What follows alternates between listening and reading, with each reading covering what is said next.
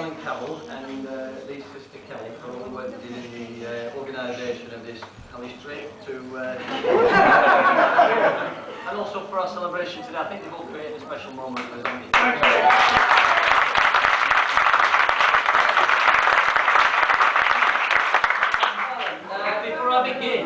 Before I begin, the management have asked me to announce that for health and safety reasons, would you please refrain from climbing on the tables and chairs during my standing ovation. For those of you who don't know me, where have you been? You must be the ones who are already married. My name's Alan Burton. I'm a long-time friend of both Richard and Lee's. I had the pleasure of knowing them both as individuals before they got together. And I've had to suffer them both as a couple for a few years now. Now, of course, the Halley family have recently gained a daughter and a sister. And Lee's family have currently gained a brother. But I'm right back where I started, folks. It's a raw deal being the best man, let me tell you. Any of you guys out there, if anyone ever asks you to be best man, don't do what I did and say yes before you find out they want to do it in two different locations. Because then you've got the dilemma of doing the same speech twice, or doing two different speeches, and well, they opted for the two different speeches, so if you don't like the one you hear today, you should have been in the different.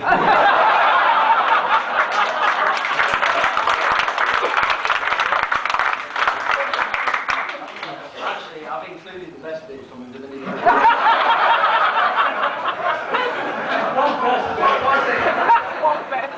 Forgive me again. Now, as I mentioned, I was very pleased to be asked to be the best man for Richard Lee for three reasons. First of all, what was the first reason? The first reason was to be in the same room as them both when they've had a drink and be able to get a word in edgeways.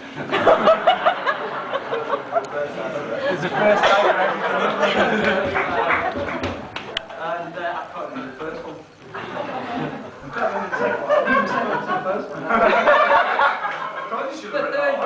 The third reason was because Rick said if I did a good job today, I'd be best man at next week.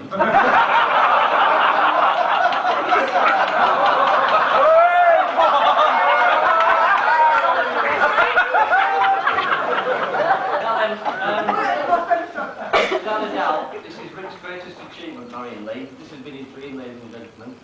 To marry someone who's beautiful, intelligent, and works for British Aerospace. In order to get one small step closer to getting his hands on a fully armed Eurofighter. What can I tell you about the wedding? It went according to plan.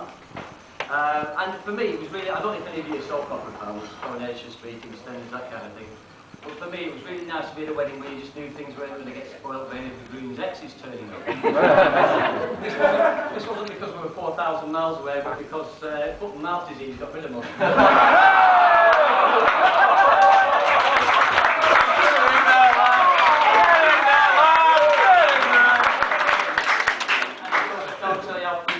I handed over the rings at the due time without going into my Gollum impression. I'm keeping them for myself. Now, there's nothing I wouldn't do for Rick, and likewise there's nothing Rick wouldn't do for me. In fact, over the last 10 years we've spent most of our time pretty much doing nothing for each other.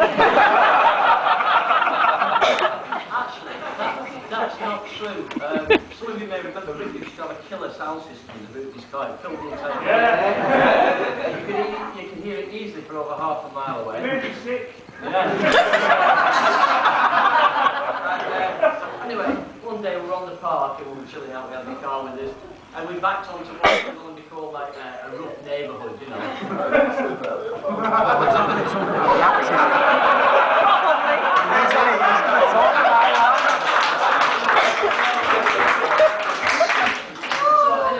Dial on the volume set to number 2, mildly threatening. Does it have a number 2? And all of a sudden, a disgruntled local started marching towards the car, singing an axe. And who was it he got between the car and the mad axeman? Me. So, actually, I can't remember exactly what he said, and I've deleted the swear words, but it went something like this. If you don't turn that, swear word deleted. I'm going to put this swear word deleted at through that swear word deleted car. You bunch of swear word deleted. After he stormed off into the distance, Lee said we should ring the police. No, actually, she said we better ring the swear word deleted.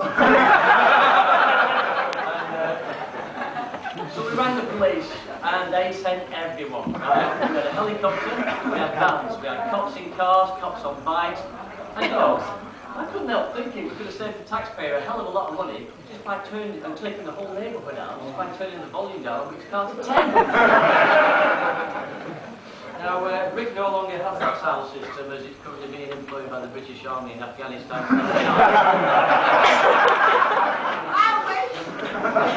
Oh, it's back in the Now, car. this is normally the part where the best man tells amusing anecdotes about his time with the groom, but Rick and I have spent the last 10 years partying, and we were so good at it, neither of us can remember a damn thing.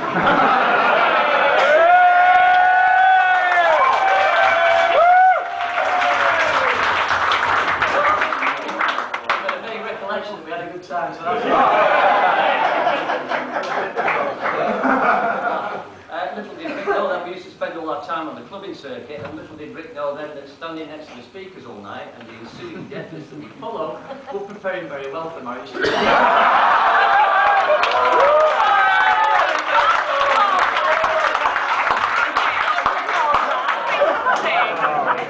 I'll never forget the first time I saw Lee. I was in a small, you must have been a teenager right then. I was in a small studenty bar in Preston, and I'd left my pants on the bar, I was having a game of pool, and then suddenly we spotted each other. She was looking at me thinking, what's that dirty old man looking at? I was looking back at her thinking, why is that girl drinking my pants?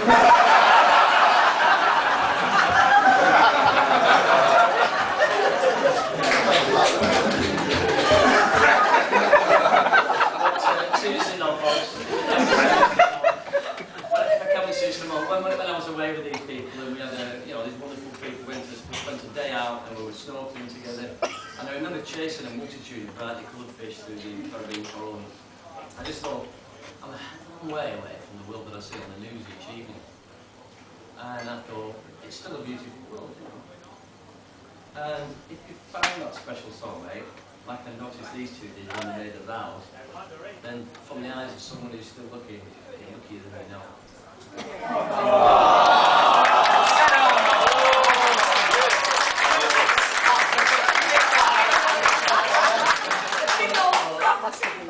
you haven't yet found that soulmate, it's still a beautiful world. So keep looking, because what these two have got is something worth having.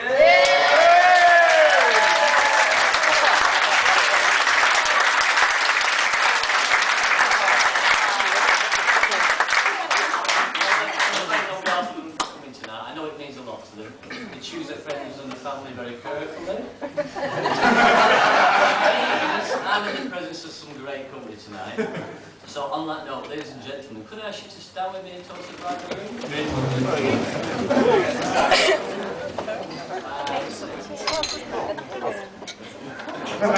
Right, all of us, we all wish you many years of love, life and laughter. To Richard and Lee.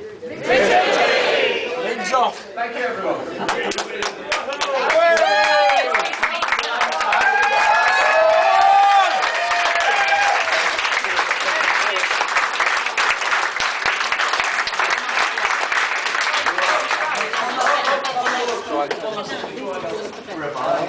The next time I see some of you guys will probably be at a christening or something like that. You might buy me a drink tonight,